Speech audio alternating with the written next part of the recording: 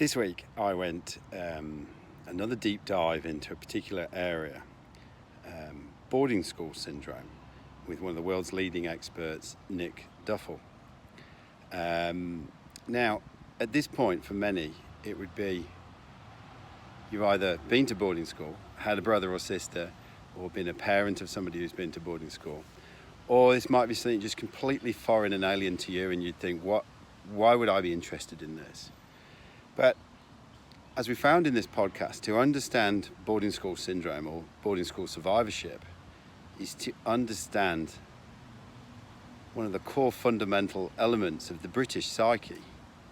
And when I say the British psyche, that also spreads across what was the empire and is now the Commonwealth, and so has a significant impact upon a lot of the world that we see today. And to understand boarding school syndrome is also to understand a very clean and clinical example of early developmental trauma and the splitting to create a survival self, a survival personality from what Nick refers to as our inner indigenous, our natural self.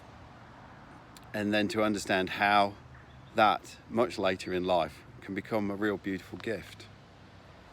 So in this podcast, Nick explains the history behind boarding schools. He's quite the psychohistorian.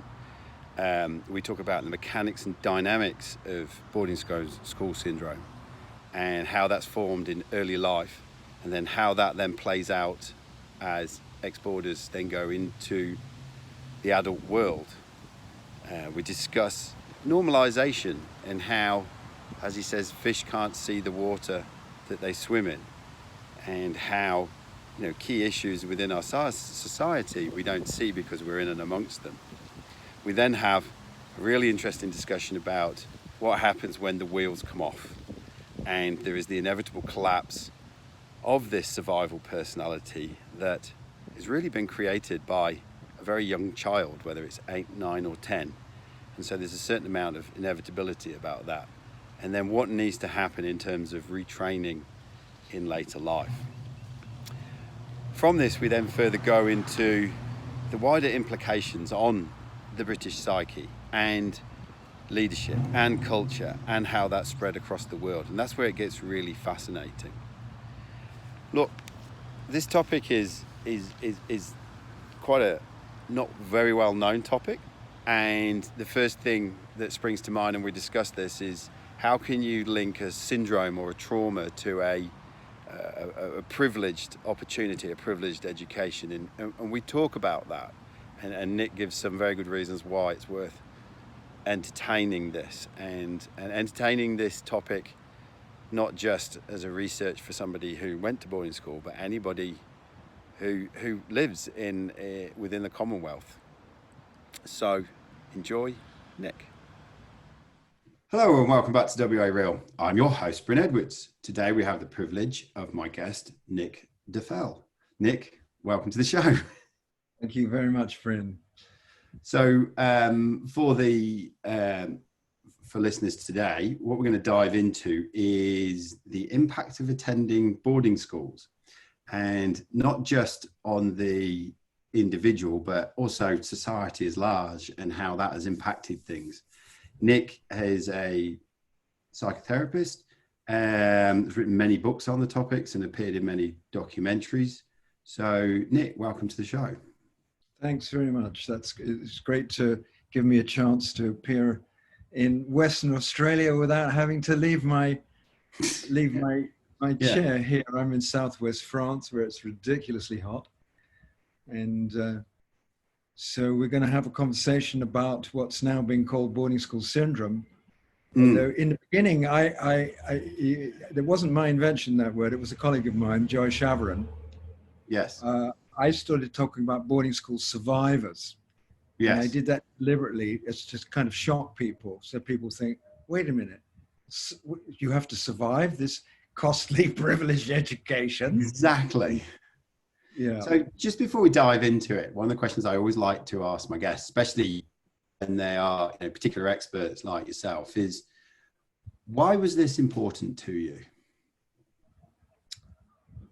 Well, I mean, you know, the thing about life I find is that at the time you don't know why something's important to you. You end up sort of working a particular subject, and that only becomes clear in retrospect. So anything I say now is not going to explain it. But what I could say is that because my family moved around a lot, after this was, you know, in the 50s, when I went to my first boarding school. I mean, I was always going to go to an English public school because my father was a boy from Hackney, which for those of you down under don't know where that is. It used to be the poor part of London. It's now the place where those guys with the beards and the wax moustaches live. You know, very, what do you call them? Hipsters. Hipsters, yeah. That's right. So my father would turn in his grave to see what's happening in Hackney now. But it was like, you know, it was the East End. It was the Wild West or the Wild East. And his main ambition was to get out of there. And during the war, he met a posh girl, my mother. And so he was a grafter, and he was going to make sure that his children, you know, got into the middle classes, had the right kind of accents, because in Britain, accent is very important. We won't make any comment about accents in Australia, guys. Don't worry, I'm not going to go there. Yeah. And so there was he had an investment program going from the time I was born. But actually, I was sent to. I was at a British Army school in Germany, and here come accents again. Every term I came back with a different accent, because depending on what regiment was in. And apparently the story goes, when I came back with a Geordie accent, my father said, enough is enough. We have to send him to boarding school now. And the firm paid for me to go early at the age of 8. And I went to a school that it wasn't in Germany and it wasn't in England, it was in Switzerland. And had been sort of commandeered by the military, and it was full of American kids, sergeants and officers. So I actually went to an American school in Switzerland, and I did all my separation from my parents there because it was 300 miles away. But it was a very benign place, and it wasn't full of bullying and abuse and stuff like that. And then I got sent back to an English prep school for a year, and then to an English public school. So by the time I got there at English public school at 13, I was well used to boarding. And I could not believe what was happening in the English boarding school. All these rules and how you could get into trouble if you had your jacket buttons undone, and the fact that children were getting beaten and stuff like this. So it was very shocking for me. So I already had an idea in my head, it doesn't have to be done like this. Yes. And then as a young man, I spent a couple of years teaching in a boarding school, actually, in India. And I was very bewildered. Why was everybody in India so nice to me? Because I was an Englishman and I knew the colonial history. Why were they all so nice? And I couldn't figure it out. And it took me years and years and years, and sort of like 25 years later, I realized that we'd sort of defeated the Indians from the inside. Because we only had a handful of people out there. We'd made them kind of new boys, stupid boys who didn't know anything. Yeah. And put them at the bottom of the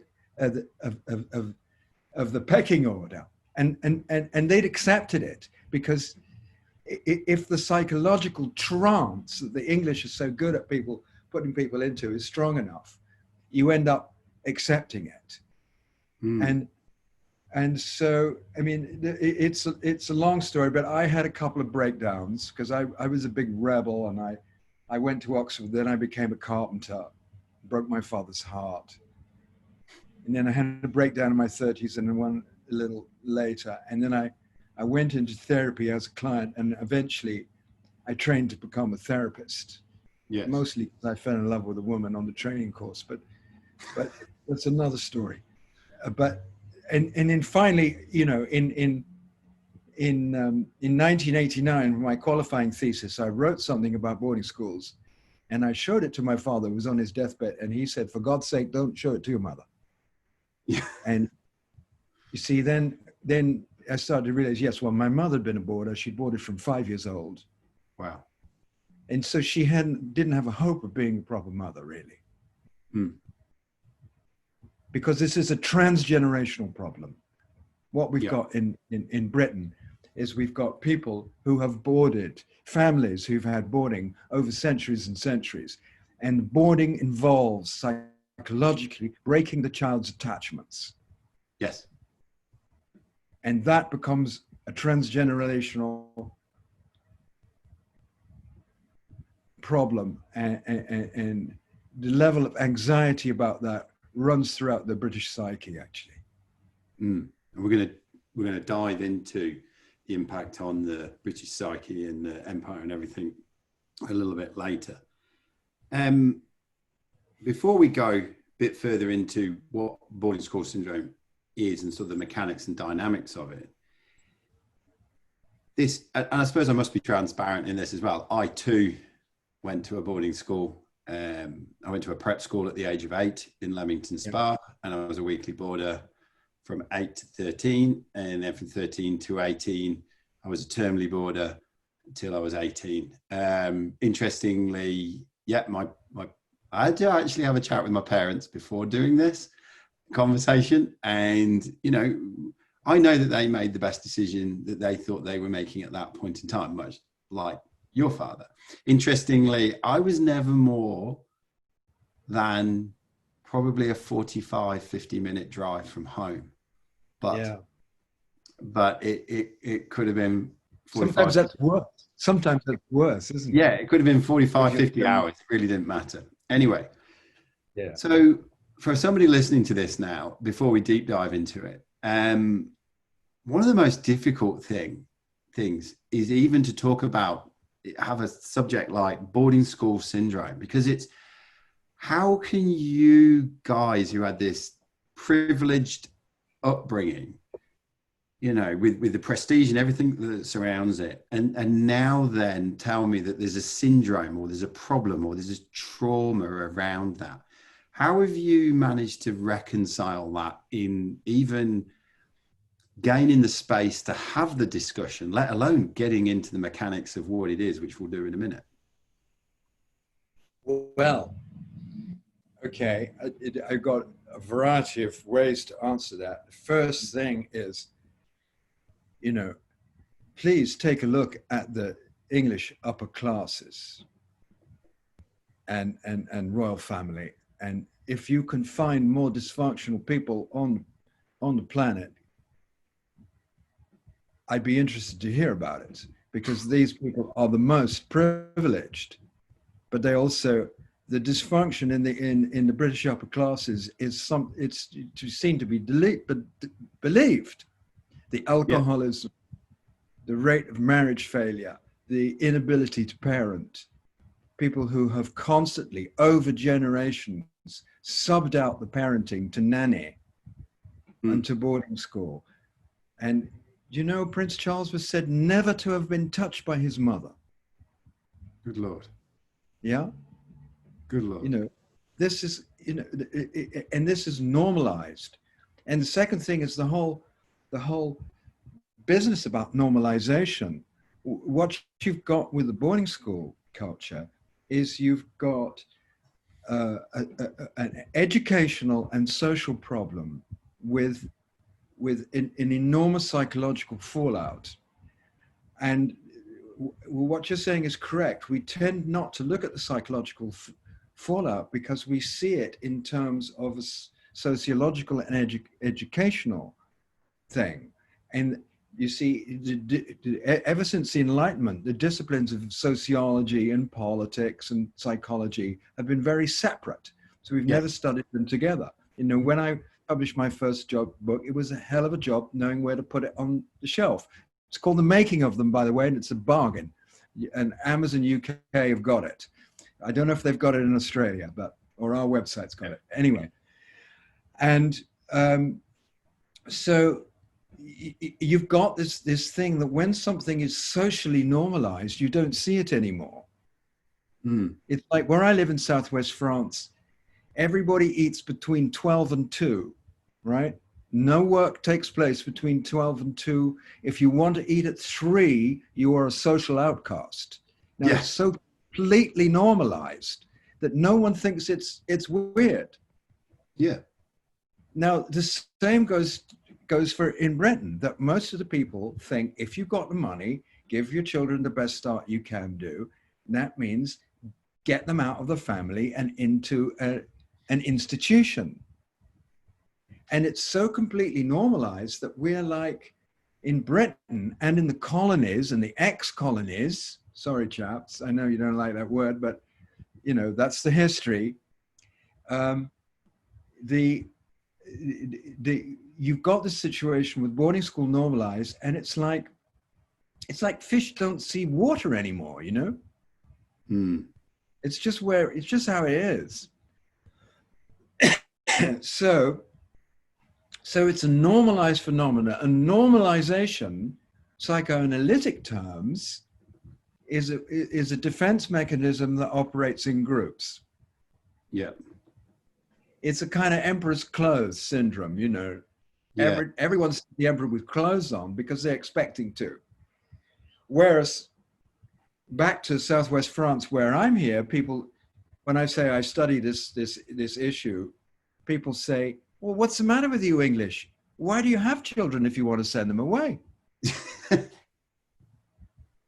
And I say, well, I can't answer that one. You know, it's a big, well, I can take time, but it's, you see, then you have to explain it with history.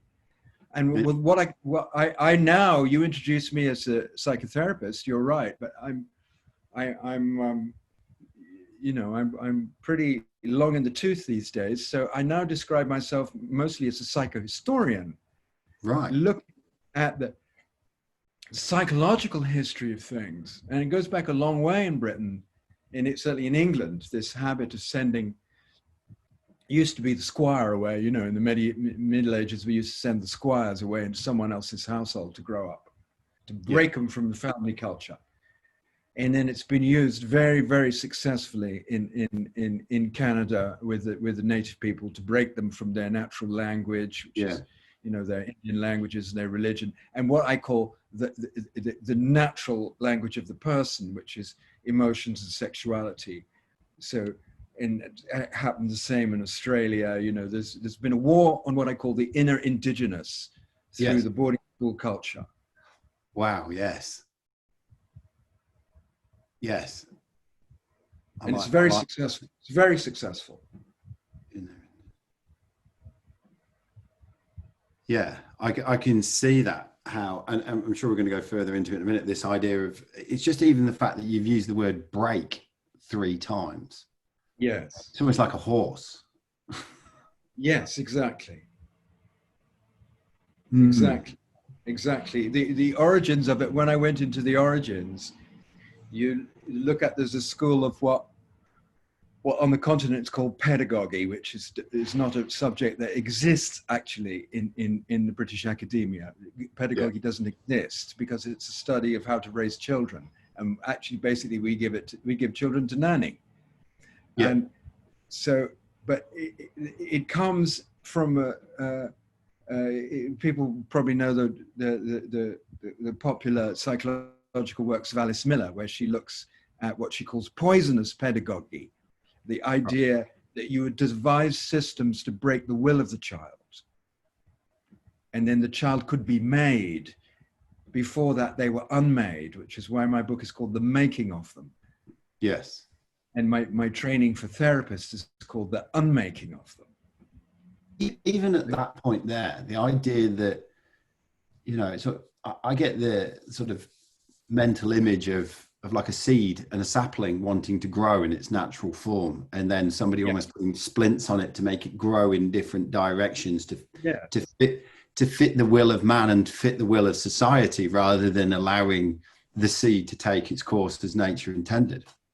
Yes, you're right. And that's back to sociology again. That's called socialization.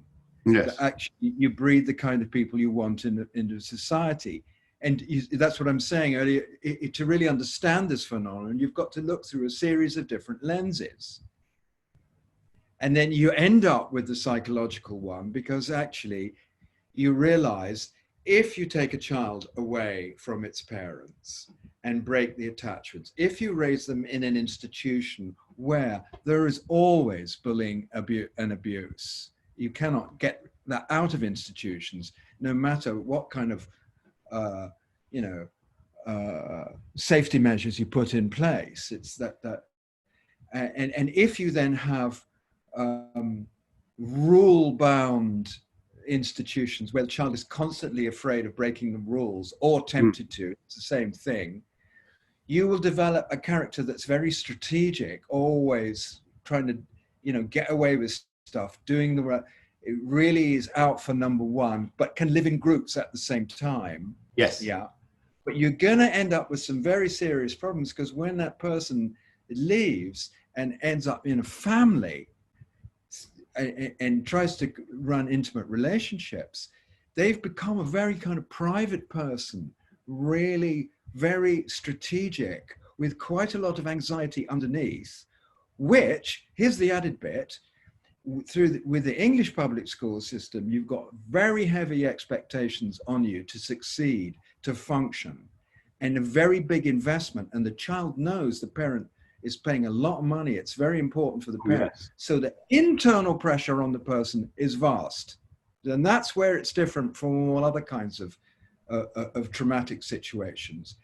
And the whole thing, boarding itself, we are now seeing is a trauma. It fits into developmental trauma, and a trauma.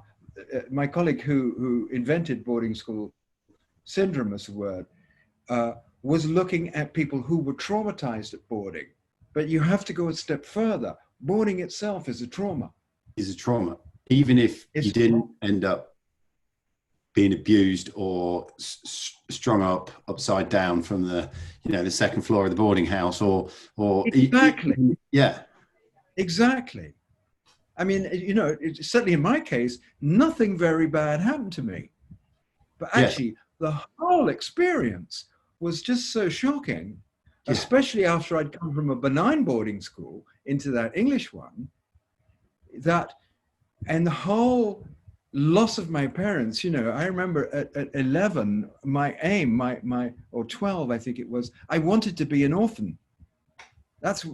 I dreamt of being I imagined myself fantasize as an orphan. And I look back on that, I think that must have been trying to make sense of the fact that I felt entirely alone. Crikey. I could not discuss the experience with my parents. They hadn't been through it. I could not disappoint them.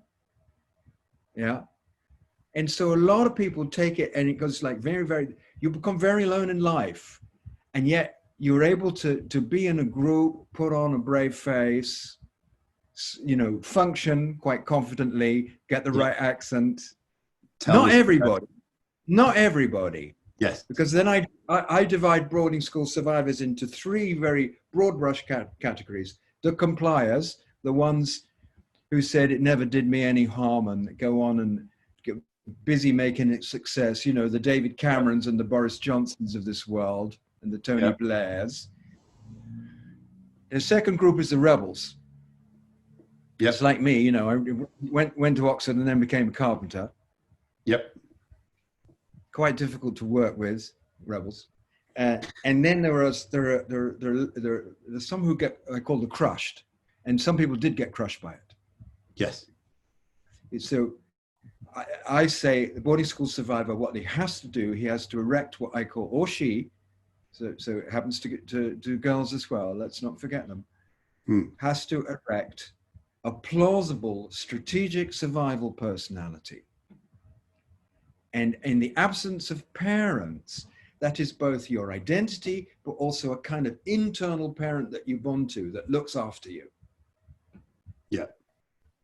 And it's very frightening for people to hear this. The compliers think, if you sort of suggest that a complier is survival, they get very angry with you in survival mode, because that is a threat to survival.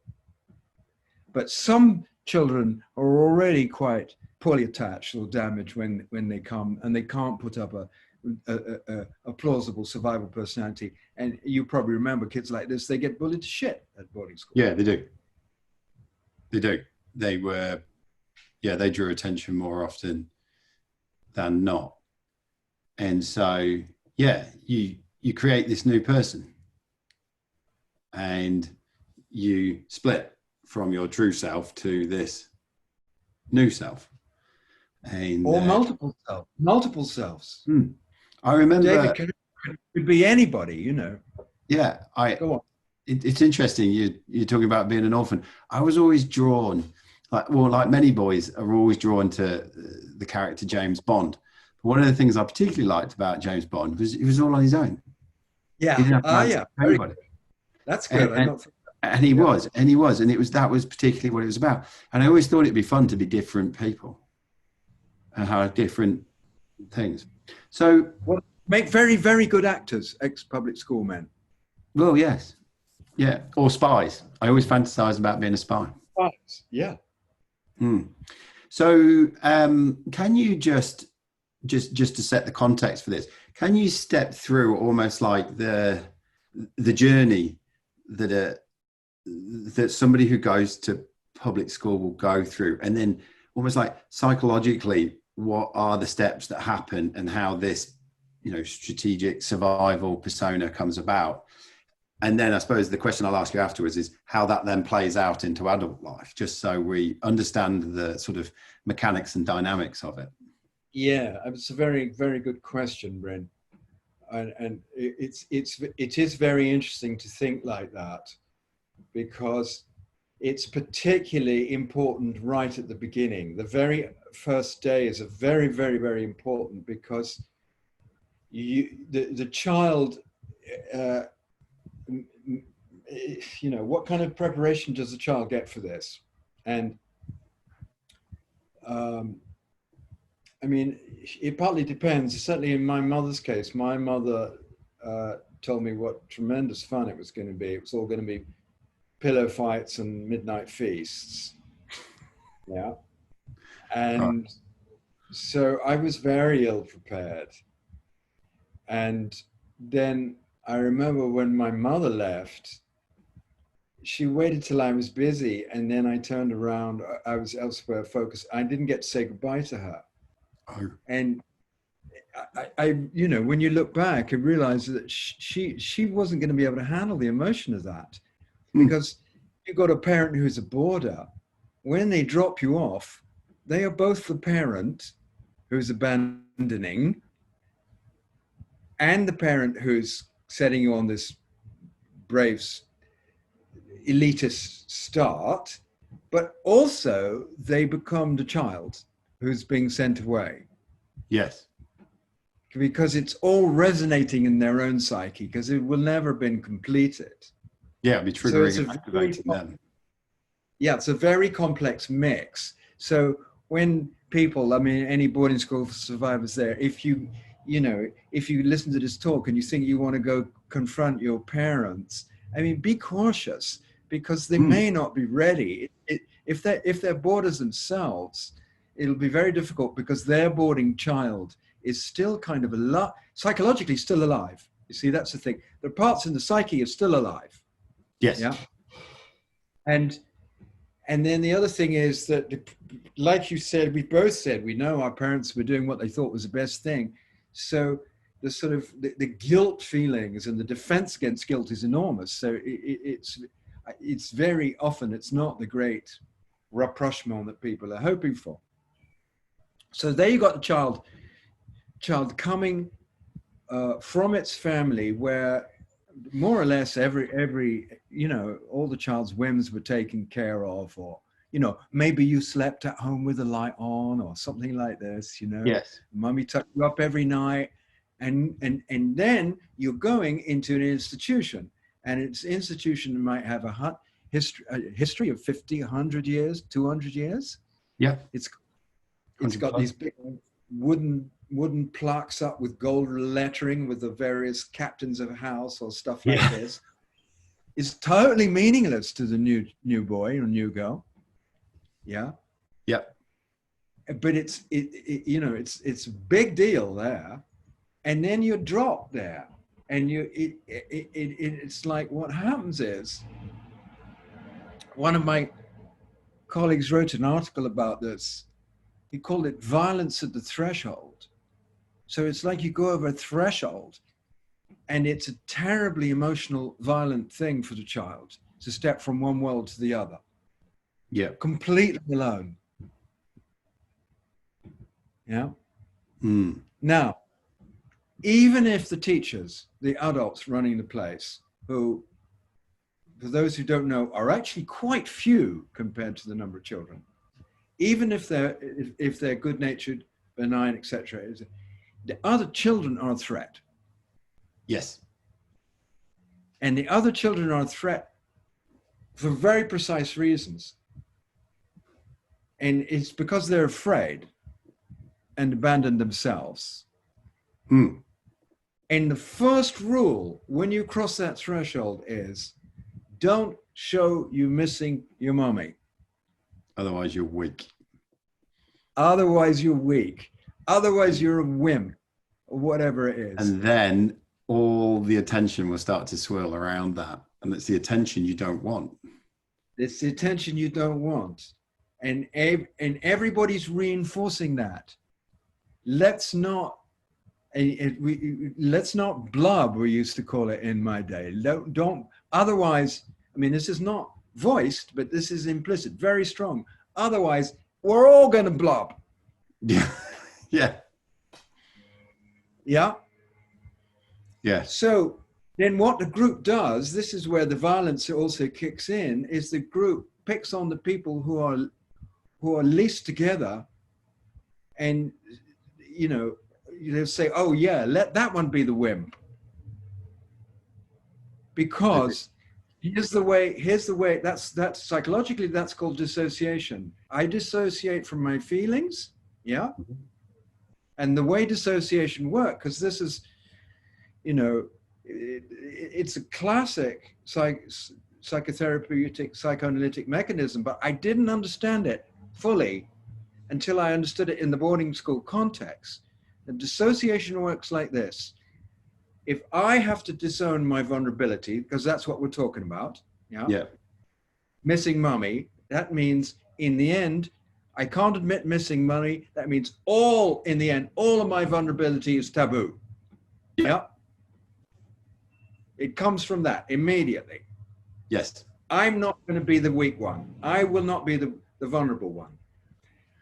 To help that mechanism work psychologically, we look over there. Oh, Bryn's got a little tear in his eye at this moment. He's feeling a bit, oh yeah, let Bryn be the weak one. I'm not the weak one. Bryn is the weak one, yeah? Or how it works on the political system. I am not the incompetent one. Jeremy Corbyn is the incompetent one. I don't know if you followed that. But they bullied him remorselessly for 2 years. They bullied him. And what happens if you get bullied that much? You start to believe it. You start to feel it. Yes. You cannot withstand that group pressure because you're in these institutions for, what are the terms? 10-week terms, 12-week terms? Yeah, or Michaelmas terms like 14, 15 weeks. And it's 10 to 12 and summer is 10 to 12. Yeah, how many Michaelmas terms did you do, Bryn? 11. Yeah, you see, that is an eternity. Yes. For a child, it's an eternity. It is. Yeah. So these things stick, And what happens if you go to one school, you make a slight mistake, you mispronounce something or something like that. Oh. It'll stick with you for life there. Well, for the next, your life of that school. Yeah, that's right. Absolutely. And I remember having conversations with people about, it was subsequent to being at school. People would ask me about, was there much fighting in your school? Because it was all boys' school. And the answer was no. No. Because the way it would work is that the way I describe it is everybody put their armor up And there'd be this constant in the dorms all day, every day, because there is no remorse. There is no let up. The only let up you had was in the toilet cubicle. That was it. Yes. Well, That this was is it. important. Go slowly here, Bryn, because people don't know this. It's like the difference is in a day school, you go home to your bed and you're safe, even if it was a bullying in the playground. In boarding school, it's not the case, is it? It's just all day, every day. And the only place you have to yourself, pretty much, is, well, certainly in the younger years, is the toilet cubicle. And yeah, I recall sitting there for like 10, 20 minutes at a time just to go, even as a young boy. But everyone would have their shields up, and you would be constantly tapping. Just every day we would do it on each other's shields, and every now and again you'd find something, a little chink, and then you keep tapping and you keep tapping, and then everyone else would join you, and then that little chink would turn into a crack, and it would just carry on and carry on and carry on, and this might go on for a couple of days, and it was just it'd carry on and carry on, and then finally, if you were taken to a place where the chink in your armor got to a place that you got angry and you lashed out and threw punches, you lost. And it didn't matter whether you were the recipient of the blows. It really didn't matter whether you copped a black eye. It didn't matter, because you'd won and they'd lost. And that's how it worked. It was fighting was weakness. Yes, so you don't lose control. You Yes. see, you don't, when I went into the origin of this, behind, I see that Psyche, historically, there was a big project in Britain which really got going after the French Revolution and the European Enlightenment, is that we had to raise rational men. Yeah. Or even the girls had to become rational men. And you had a big problem with raising rational men, because you start as a child, which is by nature irrational, emotional, messy, and in the world of the mother. So that's where the boarding school scored. You took them out of the world of the mother and raised them in this hyper-rational education. You probably remember, you're not taught to be emotionally intelligent or even emotionally literate in these schools. And the body has to do with sport. Yeah, that's what the body's about. Yes. And then there's this bizarre kind of, you've got the rationality from the mind, the body's to do with sport, and a strange kind of religion which no one really believes. Correct. And that's known as the finest education in the world. Yeah. And actually, it's rubbish. Really is rubbish. You have to come out of these places. I'm afraid, folks, you have to totally retrain yourself. You have to retrain your mind. You have to retrain your body. You have to retrain your emotions. You have to retrain your spirituality. You have to retrain your sexuality. That's 5 things you have to retrain, because actually it affects you in all those dimensions in your life.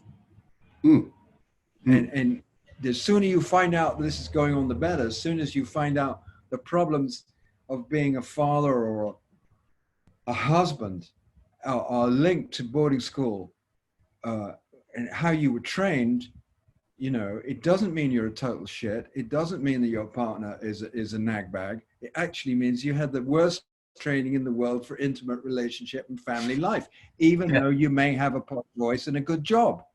Yes. Yeah. Yeah. And you also can't work out why, I'm going away to work to do the thing to provide for everybody. Why is that not enough? Yeah, that's right. Then you get very defensive about it. Oh, very much so. And defensiveness is the worst thing in relationships. You end up digging yourself in.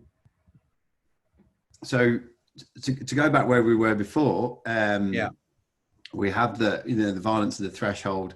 We have the trauma. We have the splitting. And then we create this strategic survival persona who strategic survival personality, I call it. Yeah, but it is a yeah, persona. You're right. Yes. yeah, and then that is very much a distinct self and Yes. identity, beliefs, Yes. values, way of thinking and behaviors that is distinctly different to what was your true self and where you were Yes, and it has living. different characteristics. So some people might have been the survival personality might be a sort of winner, the head of house type, or Yes. the sports athlete. Others might have been, an ice alert or something. Some people with the clown. A lot of look at the British comedians of the 70s and 80s. They were all ex-public school guys. Yes. Refined clowns. Wits doing that. They Yeah. all got that. Tim Brooke Taylor said on his first day, he went through this threshold. He discovered you could make somebody laugh. This is like day one. He said, "I'll just keep doing that." And Yeah. Yeah, because it's not going to get that unnecessary attention, is it? Yeah, that's eases the way forward. So even unfortunately being a bully or even the victim of the bully is some kind of survival role. Yeah. And the problem is psychologically, once we've designed something that like the 8-year-old self designs a protecting self. And the problem is you keep running it, until you're 50. Yeah. If you're lucky. And you find it starts failing in your 40s. And actually, that's a very good sign, although it seems to be a catastrophe for a lot of people. But it's a very good sign because you don't want it to be lasting into your 70s, I can tell you. Yeah. And I'm going to ask you about that in a sec, because I think the other thing that is worth pointing out is that this trauma of leaving mum and dad, although the first day is the worst, it's not a one-off thing. It happens every single time you go back from home to school.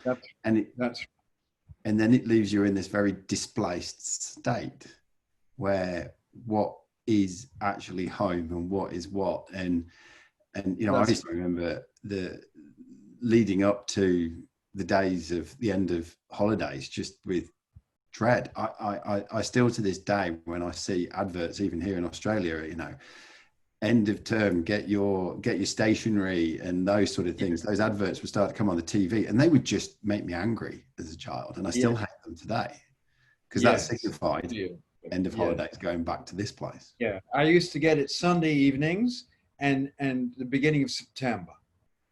I used to get to my stomach the beginning of September. And you're right. You see, you mentioned the word splitting earlier, and in splitting is a sort of a colloquial word in therapy used for dissociation, where the self splits, so you show one side and another side is hidden, sometimes even from yourself. Yes. You see, the whole structure of this boarding school thing it is supporting this, because you have a child that's at home and a child that's at school. They're completely different. The environments are so different, and you're shuttling from one to the other, and over many, many, many years.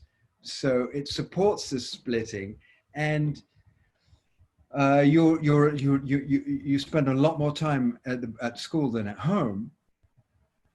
So you spend your time at school longing to get home, and then when you get home, ultimately it's very disappointing, and you actually you're counting off the days until you go back again. So this does something very strange about time in the psyche, about where you're rooted. I'm still can't stand packing, I mean, I had years of therapy. I still, when it's time to pack, I go a bit panicky. Lucky I know what it is. Yes. But I still do it. Yes. Yeah. It's very deeply embedded. See, it gets embedded in the body. Very true. And so after years and years and years of this, how do we describe the person that is released into the world?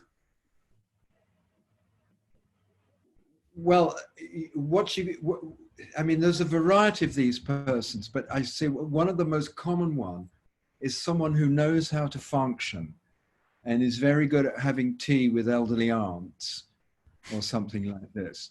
Yeah. But underneath is running an enormous amount of anxiety. And that anxiety is not very often not known to the self. Yes. So you will take things like bad digestion, things like that as normal.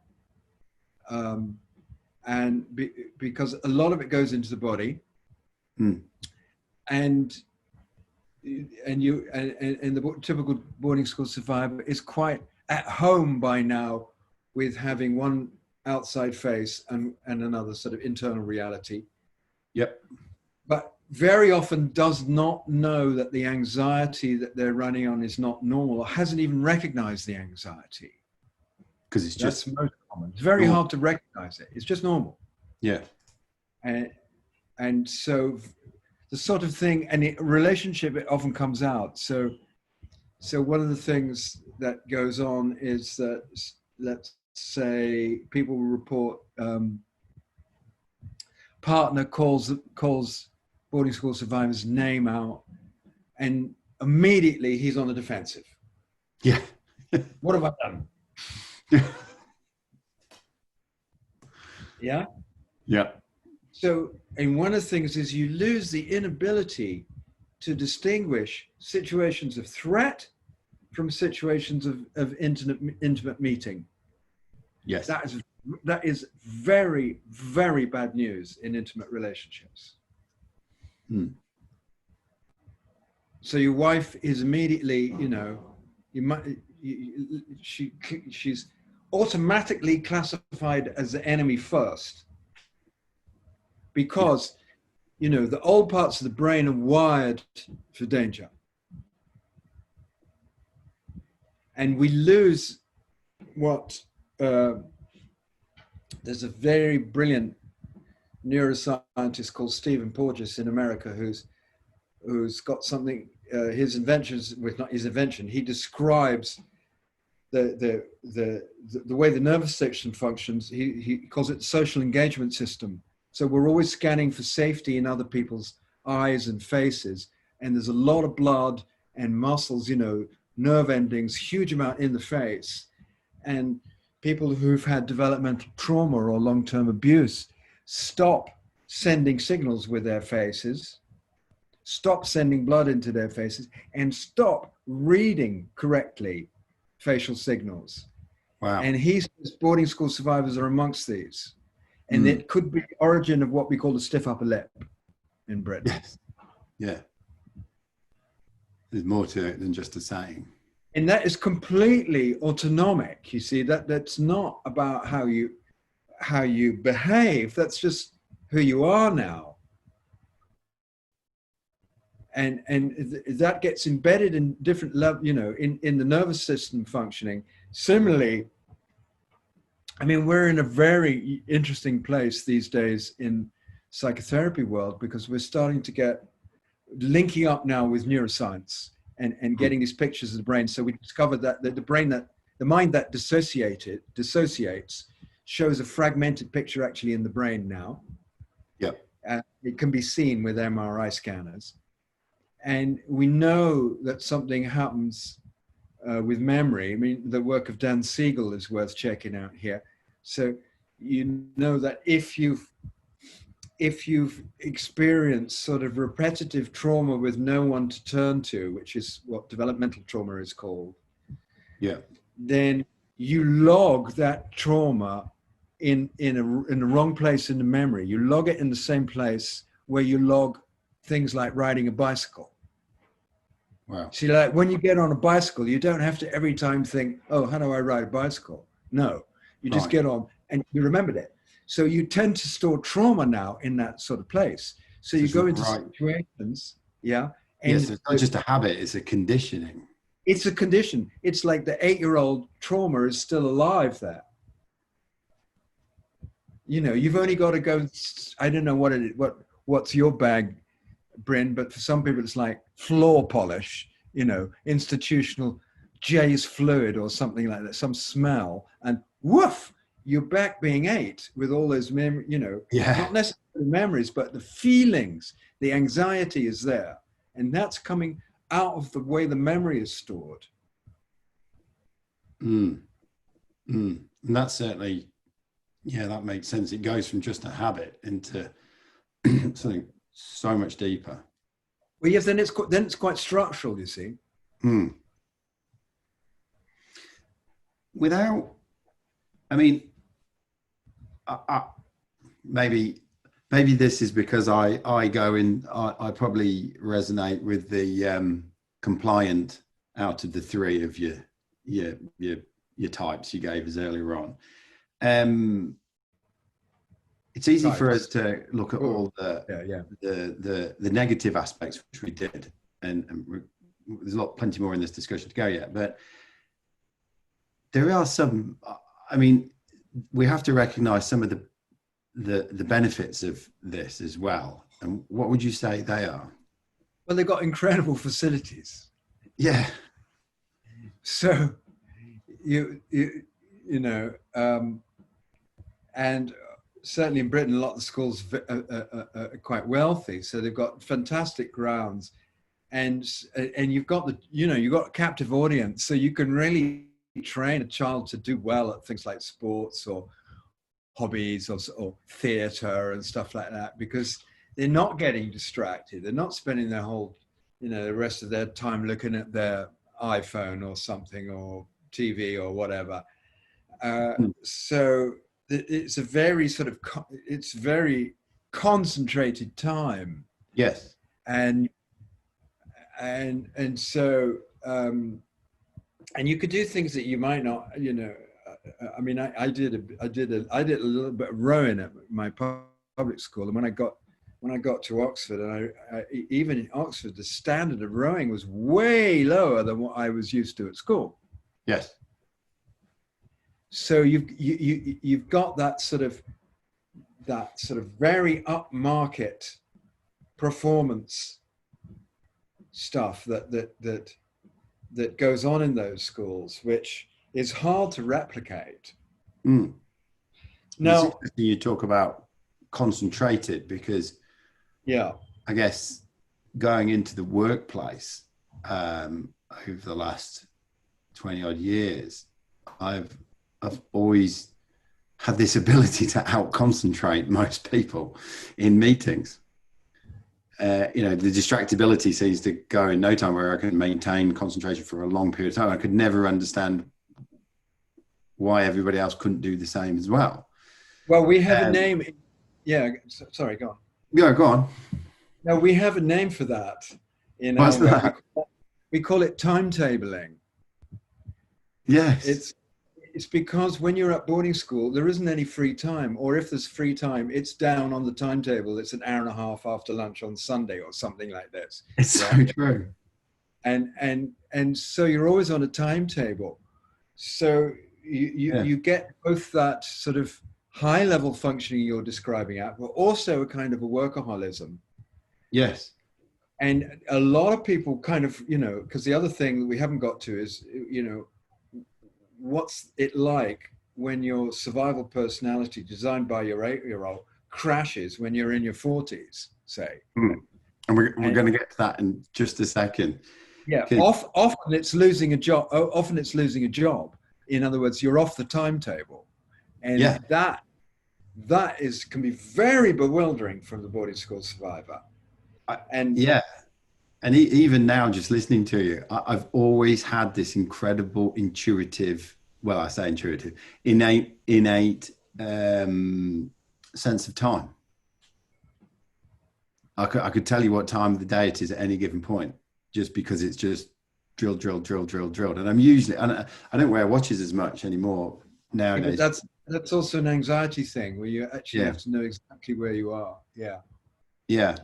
I guess one other thing I just want to say before we move on from this topic is that a lot of the proponents of boarding school say, there's two things they say. One is they say if a child's in an unhappy family, is better off being out of it and at boarding school. Um, well, you try telling that to social workers. Social workers do all they can to keep children in families these days. And the reason is that children have something they give to a family as well. They give their love and they give their attention. And taking a child out of the family is also bad for the family. Yeah. It's bad for the parents. It's bad for the family, not just for the child. And, you know, take them out when they're 16 by all means, but not when they're 8. You know? Yes. Because all your formative influence period going on in these things. And the other thing is they talk about, some of the proponents of boarding schools say, well, they learn to live in a community. But hang on a minute. It's not a community. It's a bunch of kids of the same age and some masters. And there's a few age difference between. A community is people of all ages, all genders, animals, you know, people who are healthy, people who are sick, people who are rich, who are poor. That's a community. It involves a lot of diversity. Yeah? Yes. So a boarding school is not a community. It's an institution. It's a homogenization. And a lot of studies have been done on institution, notably by a guy called Groffman in the early 60s, and institutions really have their own life, and boarding schools are not communities, they're institutions, I'm afraid to say. The question I asked you earlier on when I said, you know, what are some of the positive aspects? I guess I was also not just about the facilities and the concentrated time. What are some of the positive aspects that people take into life? I mean, I, for one, found that within 12 months of leaving boarding school, I was all right in myself to go and travel and explore the world for 4 months by myself, go off and backpack, where a lot of people around me were either older doing that or doing it in pairs or threes. Sure. And I was fine. And so I don't want to sit here and just bag it all out. There were some positive characteristics. What are some of those things that you have seen in the work that you've done? Well, it's true. That's all true. That on the other hand, I remember when I was traveling with my girlfriend, I would get up early in the morning, go out and have a recce. And eventually she would say, "What the fuck are you doing? Why you're on survival mode again." Yeah. I think actually that's probably why I really enjoyed traveling. It was taking that survival mode to another level and demonstrating that it can still work and still do the thing. The more you get into this, you know, you realize how all interlaced it is. It is. And we're very good at survival, but actually, can we just live? Yeah, just chill the fuck out. That's when you know, when we go on the therapeutic journey of recovery. That's what we call it. I call it a journey from survival into living. Yeah, that's what it's about. So let's get to it now. You know, you go into the world. You probably end up with a relatively decent, high-functioning job, and on the surface it looks all good. And you know, because you can hold a conversation and be witty and confident, as long as you're not one of those crushed people, you know, everything looks good. When do the wheels start to come off? Yeah, well, so let's say it could be when your first child is born and you come across raw vulnerability and power. Yeah. Oh, crikey. Move my fan. Sorry. No problem. Yeah. So it could be when your first child is born. Ironically enough, that was my father ringing. Yeah, perfect. Perfect. He's perhaps feeling the vibe. Was your father aboard it too? Maybe. Sorry. So the question was, when do the wheels start coming off? See, folks, we got it. It's all happening live here on the don't tune to any program. Yeah. Yeah. So it could be when a child is born, or certainly very often when you've got a child who reaches 8 or something like that. Yeah. And you look at yourself and you think, oh my God, you know, I was so big. Yeah. Yes. because you feel very grown up and big boy or big girl, stuff like that. But no, you know, when you, as from an adult perspective, you see this little child, you think, oh my God, they wanted to get me out of the home and into an institution. Yeah. Yeah. So then you can either hit your grief or your anger. Yeah. It could also be something like losing your job, like we were saying, when the timetabling stops. It could be losing a relationship. It's often some kind of crash. The psyche works like that. Psyche kind of crashes at a certain point, and that's an opportunity to reintegrate stuff that hasn't yet been integrated. That's how the psyche works. So it's not almost linear development in the psyche. Say that again, sorry. The psyche doesn't work off linear development. No.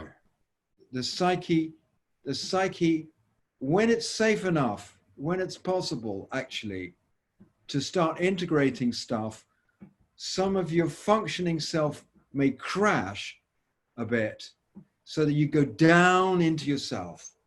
And that's when it's incredibly helpful to get an informed therapist to work with, because it's very hard to do it on your own. Yes. It really is. Oh, the world starts to come in and everything you thought you knew. Yeah, and the thing is for us boarding school survivors to realize you need somebody. You're not fully independent, self-sufficient, and all the things are on the brochure of those school catalogs. Yes. Yeah. It's self. It's, to ask for help is very difficult. If you have to be independent, self-sufficient. Yeah.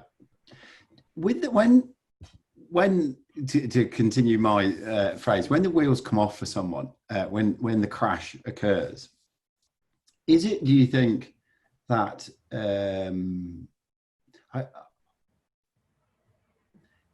is it that, you know, that there's almost like a sense of psyche energy fatigue of running this you know, this persona, and it can no longer do it, and it's just, for want of a better word, knackered, or is there like you get to a place where that little aspect of yourself, that true self part of you, almost goes, it's time for us to have some sunshine, please?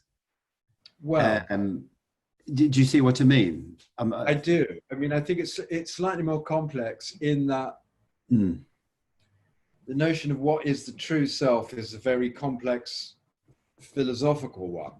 Yes. And I won't go into that, but certainly what is true is that you've erected what Winnicott called a full self.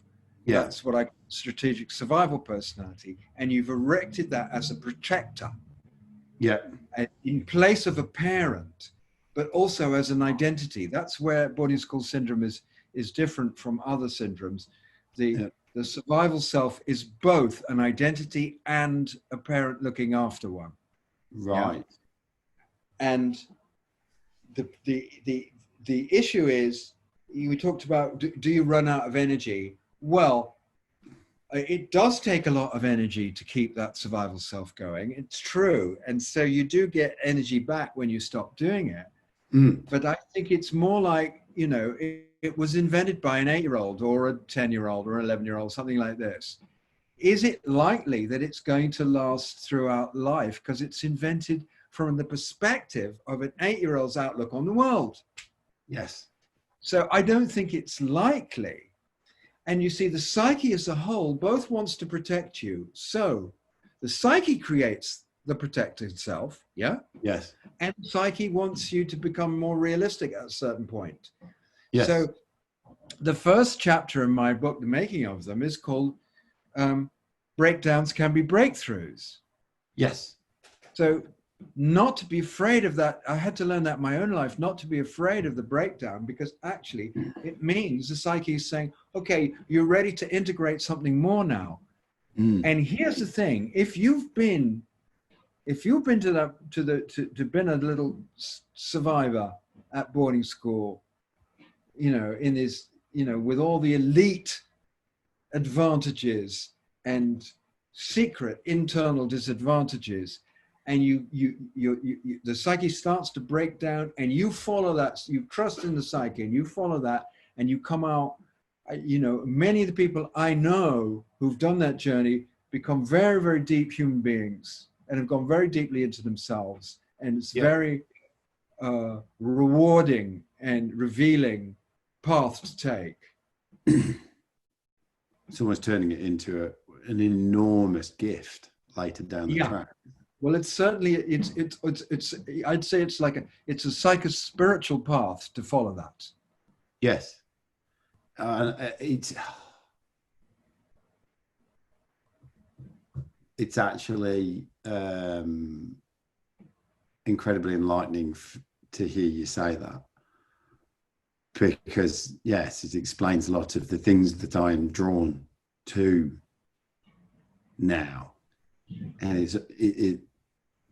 I see it as it was originally designed to take you in one place, but it's almost now taking you to a completely different place, making of me at a level and a depth that is far deeper than what was originally designed for. That's beautiful, Bryn. Yeah, I love that. Yeah, you're right. It's very touching. Yeah, and that's taking a very long-term view on someone's life. Yes, even if the origin of it started at 8 years old. Yes, that's right. That's right. And so what does therapy typically look like? I mean, is it all just talk, or are there other modalities? You see, it's best to find a therapist who understands the subject. And there's all kinds of disciplines in therapy, but they should, whilst I'm an inveterate publicist of my books, there's about 5 of them now on the subject out in Britain. Get your therapist to, train your therapist, get them to read it, because they don't all know about boarding school syndrome. And what we do in Britain is that we do therapeutic workshops, 4-day workshops. So we run them over 2 weekends, and we run them in groups with men, we run them in groups with women. Because, one of the things is you learn bad habits in groups of other men, and you can unlearn them too. And you get people together, and they're telling stories, and they find so many similarities in the sort of syndrome that they never really discussed before in a safe place. That's really good.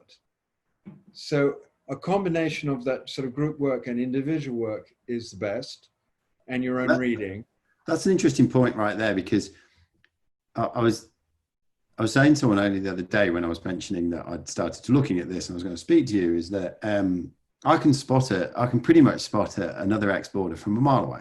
It's really not difficult. And it doesn't take much. And you can sort of within a short period of time, confirm that, but you'll never have a conversation about it. You will never acknowledge stuff unless it's a hijinks, high drama story. Well, you need to be very safe to do that. 100, yes. So if you can set up that safety in a social way, so much better. But it's very difficult. Yeah. So that's what we do in our workshops. We prepare people. People sign up a year in advance very often, and we have people coming over from the States and Canada and things like that, and even Australia to do the workshops. It's a big deal for them.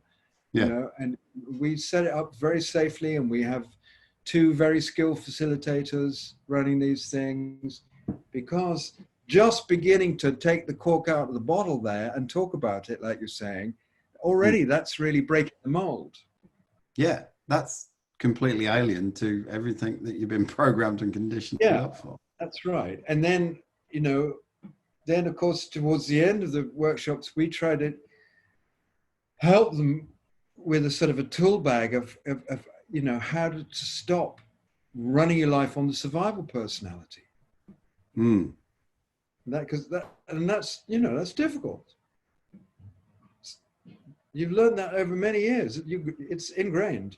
So that's not easy. I'm not giving you any false hopes that that's an easy project, but it's a worthwhile one, like you were saying just. Yeah, because you're not going to. It's not like the modern day online coaching phenomenon of 2 weekends and you'll be cured. No, that's all bullshit. It is.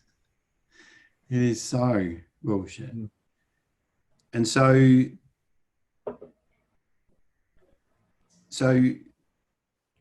I guess that sets the context to understand now more about the core of British culture and the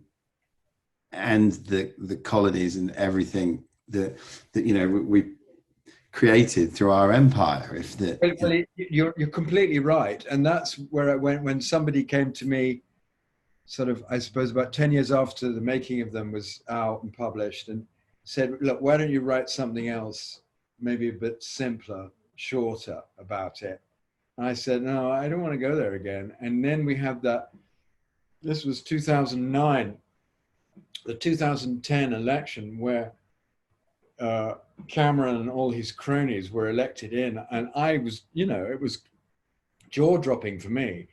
Because I thought, oh my God, we're British people, even the working classes, are electing these people. I've been speaking about their pathology. So then I wrote my book, Wounded Leaders, when I looked at the impact that this had on our society and our politics, and went more into the history. And I talked a lot about the First World War in that book. And I showed how that dysfunction and ban on vulnerability was woven into our public life at a very deep level, and how those who have disowned their vulnerability, how on earth could they be expected to understand the vulnerability of others? And that's very big in England, and to a certain extent you got that in Australia as well, I think. You've got quite a lot of boarding schools in Australia. On the one hand, understandable because of the big distances. The rural regional impact, yes. You've got some places that punch at a pretty high level too, in terms of their elitism. And you've had quite a lot of scandals in them lately as well. So, because you can't expect institutions without bullying and abuse, and without sexual abuse. What I say is that normalized neglect is the context that abuse inevitably occurs in. And you've got normalized neglect on very big scale. And you've got an transgenerational problem. And so we've got a ruling class in Britain who are very out of touch with ordinary people. And on we rumble. And the European Union is a big threat because actually it's not quite like that over there. Yeah. They've got social democracies in Europe. In Britain, hasn't been able to set up a social democracy. And it's because of this top-down, class-ridden situation that we've still got and perpetuate through the boarding schools. That's the engine of it. Yeah. And then that sets a context and a set of role models for leadership and how you should be, and exactly all of that. And yeah. And then of course, we had people like myself coming, who grew up in the 60s and 70s, who started to turn away from things like the boarding school. And then, blow me down, we had Harry Potter, and the whole thing got mythologized all over again. Yeah. Wow. I didn't even think about that. Yes. Yeah, Yeah. Kids all having fun all day exactly. in the spirit of what your mother sold you on. Yeah, that's right. Indeed. Indeed. Has there ever been any studies on the impact to the mothers and fathers who send their kids away?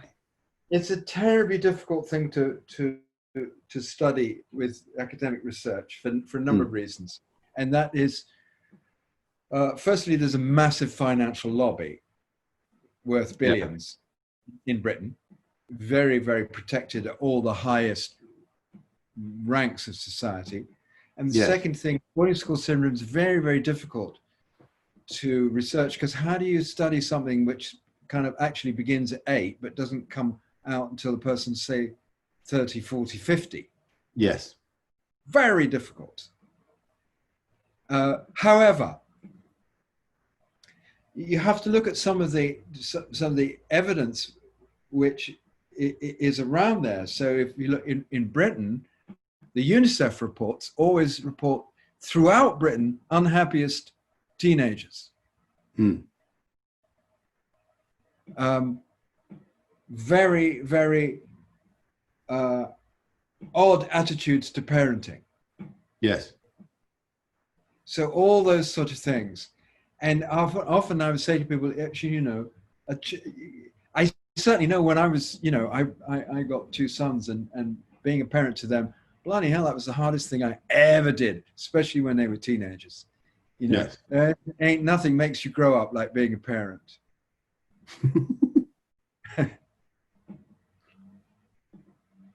Yeah. How are we doing on time? How are we doing on time, Bryn? Because We're good. We're good. We're very good. Okay. I guess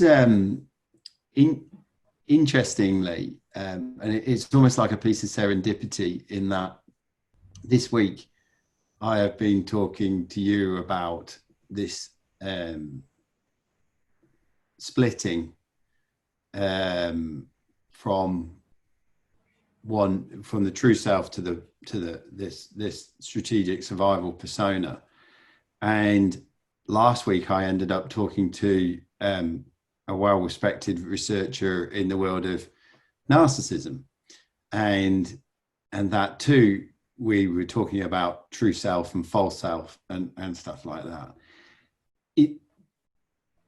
I don't know where I'm going with this question, but there's almost something about a clinical a clinical trauma that going to boarding school brings to somebody who does it, and this almost splitting that then gets reconciled later with a lot more, I don't know, force or gusto, which is my sort of experience. Yet it strikes me that just because somebody didn't go to boarding school, that this sort of impact and collision with the world doesn't happen, and that they themselves will create some sort of other self. And I just wonder whether, almost like I said earlier on, with it being quite a deep gift in the fact that because it was so clean and clinical at the age of 8, that I've sort of come back in the age of 40, and that for another person where it's been a more gradual departure, that may never reconcile in quite the way. Do you see where I'm going with that, if that makes sense? Yeah, I mean, it's a very complex thought and question, isn't it? And I think the whole the whole discussion about a true self and a false self is very challenging philosophically.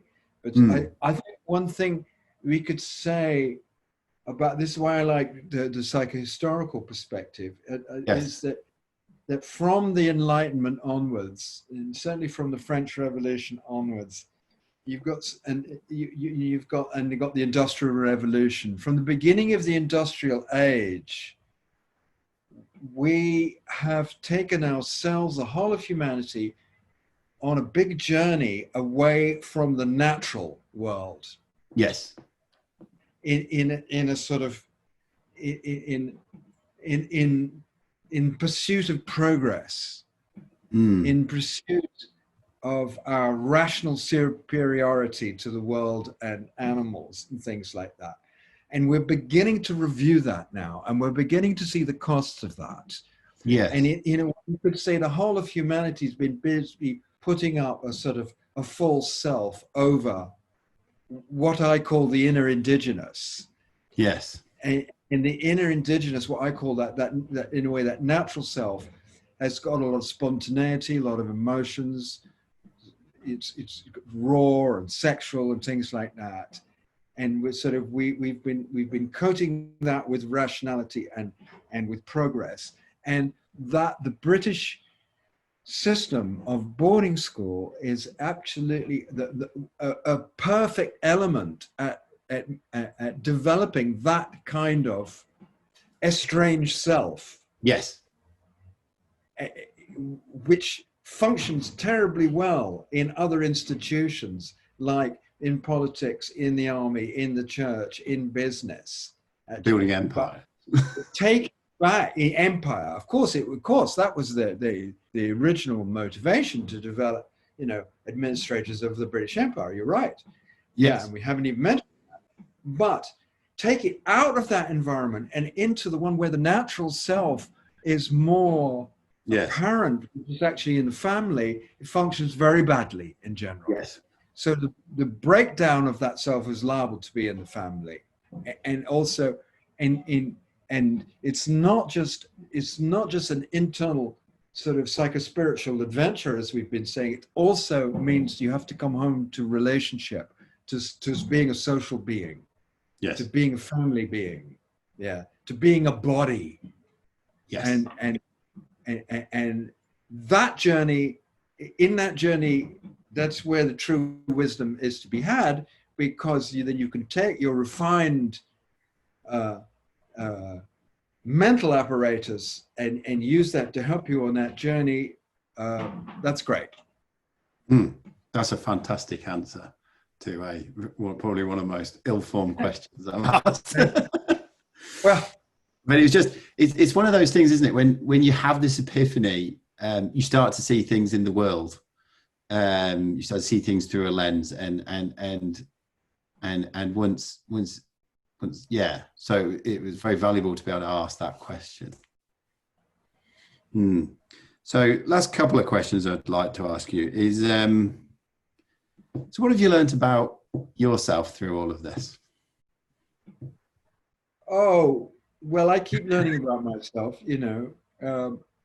I keep learning what it's like to be on the inside a very private person who can actually manage social situations in a particular way, but not for too long. So true. So that I'm learning to be as present as I can in relationship. That's the most important thing to me, to be present. And then I know at a certain time, whoa, I need to back off, refuel, come back again. Yeah. And the whole label of extrovert and introvert really doesn't help, does it? No, it doesn't help. It doesn't help because you're both. Yeah. The last question that I like to ask my guests is, it's a nice hypothetical question, is, and I've just tweaked it recently, is if you could upload a single question into the collective consciousness, so everybody just pauses and spend 5 or 6 minutes deeply thinking about it, what would that be?